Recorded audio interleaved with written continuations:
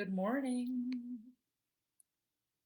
Good morning, everybody. So good to be with you. This is Reverend Rebecca Simon Peter with Spiritual Mojo. I'm the author of Dream Like Jesus and the upcoming Believe Like Jesus. And this is 15 minutes to uphold your spirit, uplift your consciousness, and uplevel your faith. I come every Sunday morning my time, maybe a different day or a different time, your time, but it's on Sunday. And it's Spiritual Mojo, and it's really designed to help you connect with your own deep inner spirit so that you can feel the connection you have with the divine and you can live your very best life. So I invite you as we get started this morning. By the way, it's so good to be with each and every one of you. Thank you for tuning in. Thank you for sharing this with your friends. But I'd like you to put in the comment just a word of hello. How's it going in your world? And what's going well and right in your world? I think it's so important to connect ourselves with gratitude. I was listening to a talk on gratitude and the science behind gratitude, and it's really amazing what happens when we uplift our spirits with gratitude. We begin to expect better things, we begin to experience better things, and the whole experience of our living and of our life goes up. So that's the first word of the day on Spiritual Mojo is what are you grateful for today? I'm so grateful. The weather's getting nicer. I'm so grateful for love. I'm grateful for family. I'm grateful for you. I'm grateful to really make a difference. And making a difference in the world is getting at the heart of our topic today, which is the four rules of helping. Raise your hand if you're somebody who just really likes to make a difference in the world. If that's what you live for, even if it's, with your family or your neighborhood or your spouse or your kids, you want to make a difference in the life of other people.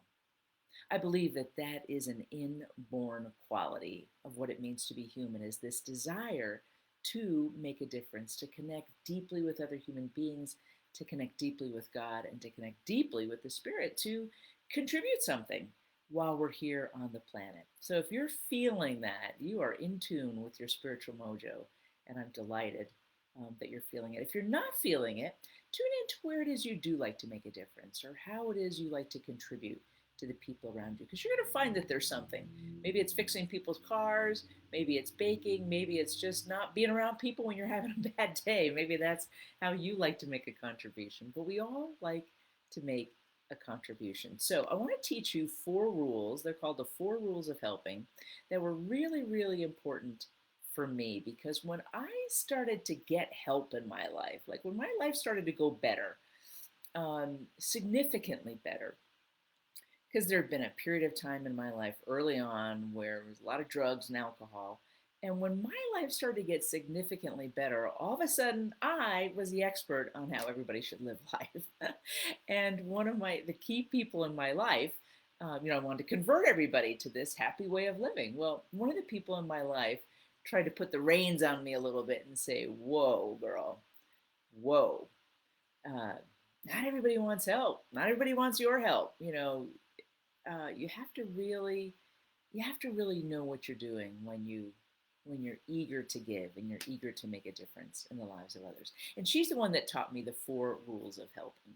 So she said you got to run your ideas through these four rules to see if what you're going to do is actually helping or if it's some glorified form of control. Now, I don't know if this speaks to anybody else, but sometimes what we're really doing is we're trying to manage and control the lives of other people so that their life will look like we think it should look like rather than what truly makes them happy. So that's why the four rules of helping are actually really helpful because if you're out there trying to control and manage other people around you and it's not going well, guess what? You lose your spiritual mojo. You lose your connection because all of a sudden it's about trying to force and manage and make people do what you want them to do. And I think one of the most important things to remember, everybody's got free will. You've got free will. I've got free will. The people whose lives you may appreciate or not also have free will. So how do we help people? How do we make a difference? How do we contribute to the lives of others at the same time respecting God's principle built right in of free will? I think it's a really important question. Free will.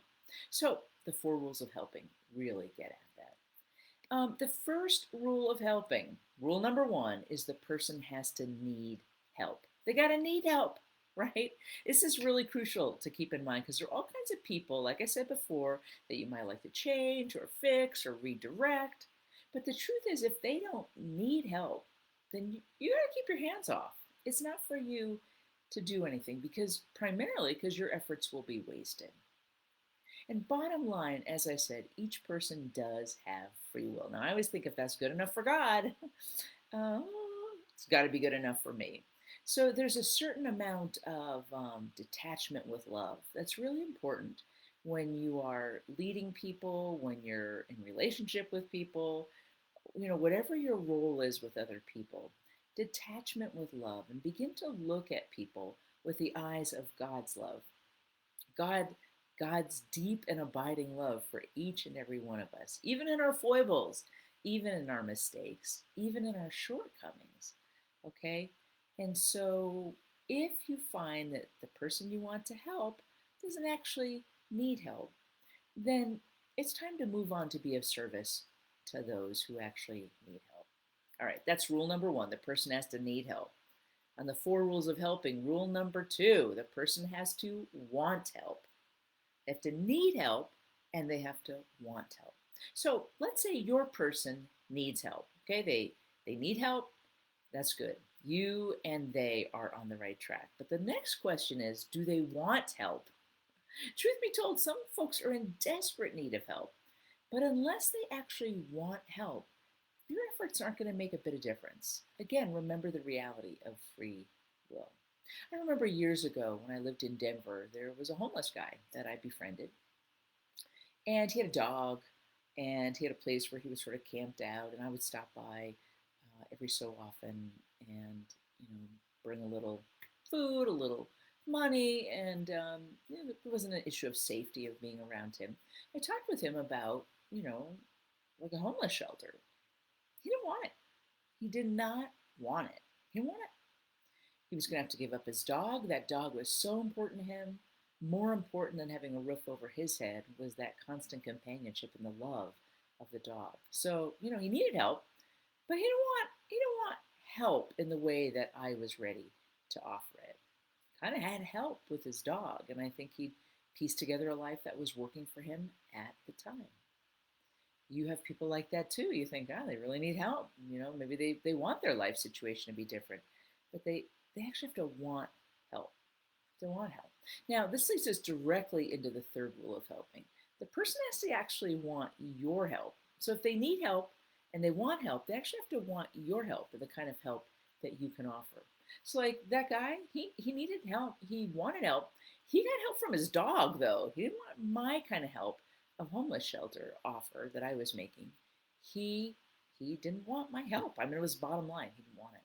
So this is where you have to really be honest. Are you a fit? Is what you have to offer what that other person needs? Take some honesty here. Sometimes when you have a family member in need and they're suffering, they're stressed, they need something, and they need help and they want help, but you go to offer them your help and that's not what they want. They don't want your help. It's not a fit for whatever reason. Maybe there's previous history there. Maybe you guys rub each other the wrong way. Maybe just the way you see things is different than the way they see things. So the help that you may be offering may not be a good fit. So be honest. Is it a good match? Because if it's not a good match, no amount of intention will make it the match. So you can either, if you're working with a group, you can partner with another group and ask them where it's a better fit for them to come in and help and to create a partnership amongst them. Or if it's an individual that you're trying to help or you're wanting to help or they need help, maybe there's somebody else in the family or somebody else in your circle. I remember once my husband was in need of some help and I had just the answer for him, only he wasn't going to hear it from me. Spouses everywhere can relate to this. But a friend of mine was able to have a really great conversation with my husband. It was a great fit. They were able to converse and there was an opening and the help was received and the rest is beautiful history. But I wasn't the one to deliver the message. So partner with the right kind of group that can offer help. Bring in another friend, use humility, Let your ego move you aside and see what the Spirit might be saying to you about, gee, who else could deliver this message or deliver this aid or be of service. So I think it's really important because humility is important all along the way because we're actually partnering with God to make a difference in the lives of others. We're not out there like steamrollers, like, I know what needs to be done here, because you don't always know what needs to be done. And if you are a fit in terms of helping, I would encourage you to not leap into helping without checking out this final and fourth rule of the four rules of helping, because it's the most important one of all. And rule number four is I can only help them to help themselves. So they have to need help, they have to want help, they have to want my help. And then number four, I can only help them to help themselves. So you've got a green light if they're okay with your help, but still remember, this isn't about fixing or changing or, reshaping somebody to fit your idea of what they should be or saving them, from themselves, except in extreme cases, okay? Like if you have a parent with dementia or you've got somebody that's really on the verge of suicide or there's somebody with severe mental illness or sociopathic tendencies. There are exceptions to these rules, so hear me on that. And you will always, of course, please use your internal guidance and the prompting of the Holy Spirit and the guidance of God to help you make final decisions here. But generally, we're not about fixing and saving and changing um, others. Instead, I think what we're called to do is something even more valuable than that. And that is helping people to truly help themselves, to step up into their own capacities, their own leadership, their own um, self, their own self. And I love the definition of empowerment. And I think this is really what we're talking about. The definition is the process of becoming stronger and more confident, especially in controlling one's life and claiming one's rights. Let me say that one more time. The definition of empowerment, the process of becoming stronger and more confident, especially in controlling one's life and claiming one's rights. Stepping into full expression, ownership of one's personhood. God gives us agency, the ability to choose, the ability to be in charge of our lives. And your empowering helps people connect themselves with their own agency. And that's why I think these four rules of helping are so important, because God has given us this divine gift of agency. It's connected with our unity with God. And when we're disempowered, when we're needing help, when we're not in the space of being able to help ourselves, it's because we've lost that connection. We've lost that connection with our own sense of agency and our own sense of empowerment. So when you help folks, the best thing you can do is reconnect them with their divine agency, reconnect them with their internal power, their internal knowledge, their internal wisdom, their free will. Their free will, so they are free to follow the will of God in their lives. And your empowering makes all the difference. So, friends, that is the four rules of helping today. I'd love it if you put something in the chat about which of those rules makes the most sense to you, or what do you now see about who and what you can help, or who you might need to back off from. The other thing about knowing these four rules of helping is all of a sudden you're able to see the people that are circling around you, because there's people trying to help you too, and you may not need help, you may not want help, you may, but you may not want their help. Or really what you may want is just that assist in reconnecting with your own empowerment, your own divine agency, your own knowledge, and your own trust in yourself. It's one of the most important gifts we have.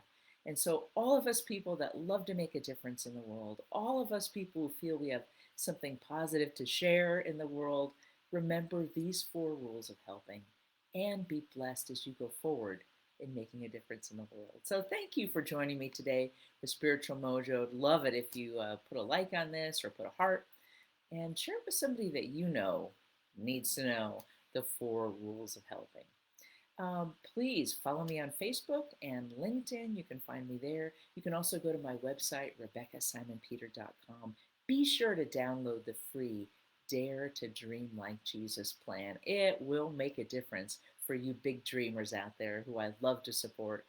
And it's been so great being with you today on Spiritual Mojo. I look forward to next Sunday, and next Sunday is going to be Mother's Day. So we're going to be talking about mom and what's the mom energy in the world and the divine feminine. How do you tap into that? How do you just love your mom and let your mom love you and let your kids love you? So it's good to be with you today. I love you. I'm so glad to be with you as always. I really enjoy these times together and just preparing for a beautiful spiritual mojo. All right, friends, that's it for today, and I'll see you next week.